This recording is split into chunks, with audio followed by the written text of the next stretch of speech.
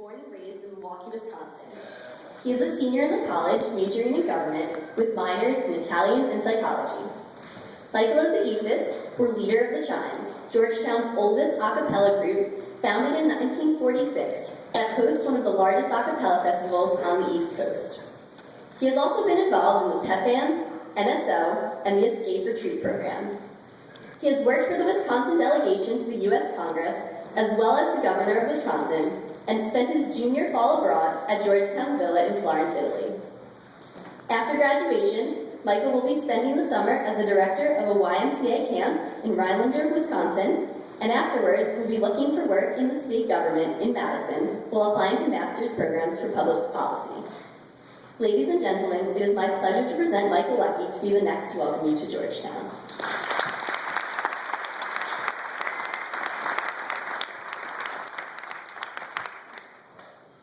So before I begin, I just have to say, if in the unlikely event this speech is the reason you decide to come to Georgetown, there's a form you can get at the door, fill it out, hand it to President DeJoya. I get $10 for referring a friend, and I can give you. So I am a senior from Milwaukee, Wisconsin. I'm a government major with minors in Italian and psychology. My name is Michael Luckey. I say my name last because it invites the obvious joke that I've heard every day of my life. How lucky are you? Well, I have a clear answer today. I am not the lucky one in this room. You are. You're the lucky ones sitting out there with 4 years at Georgetown ahead of you. In April of 2009, I was sitting right, white coat, right in the front row of the balcony, I was sitting right in that seat. And I was listening to this beautiful redheaded senior, and sorry you guys are stuck with me, but she was telling us all how jealous she was of the upcoming opportunities we had in front of us. And I remember specifically her continued use of this word jealous. She was involved in dozens of activities on campus. I can't pretend to remember them all. But I do remember her sense of pride. It was a pride that comes from belonging. Belonging to something great and greater than yourself that welcomes you with open arms. So starting freshman year and every day since, I've run to that embrace, urgently taking everything Georgetown would give me, eager to try it all. I was elected to my residence hall's community council. I joined the pep band. I got involved in an a cappella group, the Chimes, greatest one in the world. Sorry, superfood, if you guys are still here. I led retreats. I became an orientation advisor for the new student orientation. I got a job lifeguarding the pool, another one waiting tables at the tombs, and I worked for my U.S. Senator and my governor's D.C. office. I met professors who inspired, Jesuits who counseled, friends who challenged me and made me smile. I studied abroad at a Tuscan villa, and I was given the support necessary to travel to my family's hometown in Italy's largely forgotten South, something that never would have been possible without Georgetown's help. With the Chimes, I sang for Hoyas in Los Angeles, Las Vegas, Atlanta, London, New York, San Francisco, San Juan, Chicago, at the White House, and right here at Gaston Hall. It's kind of dizzying, isn't it? Are you excited? Nervous? I'm sure some of you came this weekend all ready to sign the papers and the check. The first check of many my mom wanted me to have in this speech. And you already envisioned yourselves wearing the blue and gray. But I'm even more certain there are some of you out here who have spent hours debating with yourself, wondering if Georgetown is right for you, if you're supposed to be a Hoya. Now, as Father Spahn mentioned, and I'm probably going to be repeating him a lot for this speech, but Georgetown is, of course, a Jesuit university, the oldest one in America.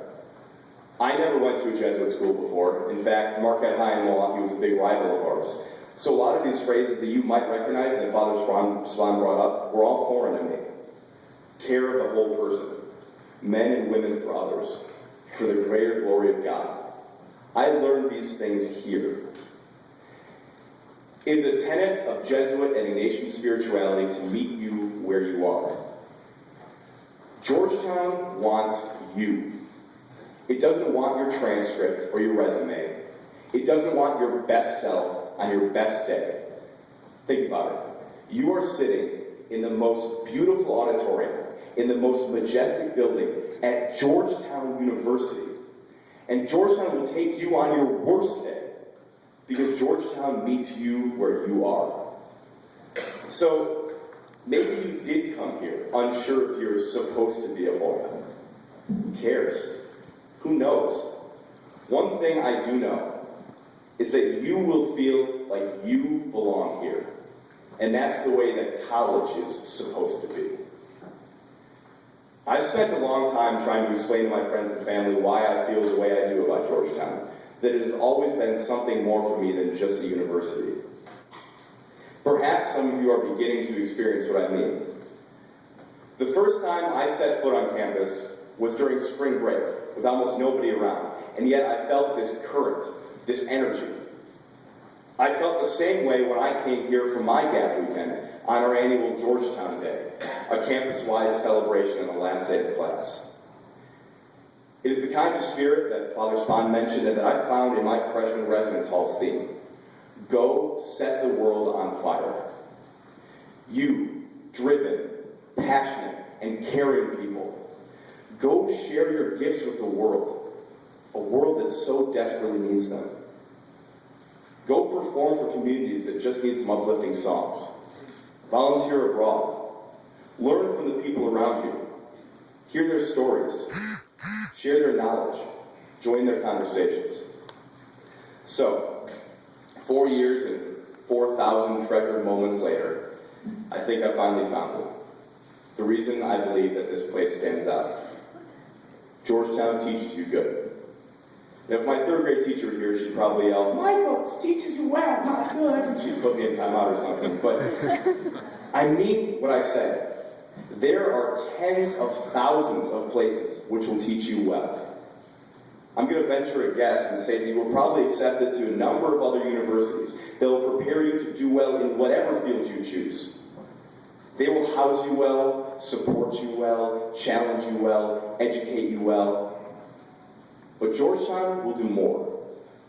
Georgetown will teach you good. It will teach you to find good and to recognize good. It will teach you to treasure good and share good and to help others see the good within themselves and within their communities. Your eyes will be open to the needs of our world, and your Georgetown education will prepare you to meet those ills with the talents you will discover here and the strength of every Hoya behind you. I honestly do not want to leave Georgetown. I do have to go, however, so on May 18th, as they drag me kicking and screaming across the stage to receive my diploma, I am so proud to be secure in the knowledge that there is a strong class, the class of 2017, coming to this place to leave their mark here. And guess what? Someday, you will be standing on this stage, under the symbol of our alma mater and the seal of our great school. Perhaps you'll be dancing or singing in a show, acting in a play, celebrating in Mass. Or maybe you'll be up here, only 2 months from wearing the cap and gown, speaking to a room full of talented young men and women and their parents. Your hands grasping the podium, your voice tightening up, with tears welling up in your eyes because you realize that Georgetown has given you so much. And on that day, I make you this guarantee. Those hands will be eager to go out and do the world's work. That voice will be a fountain of reason, compassion, and limitless zeal. And those eyes will be ready to more clearly see the truly beautiful good on this earth. So, let me be one of the first to welcome you to GAAP Weekend and to officially welcome you home, Hoyas.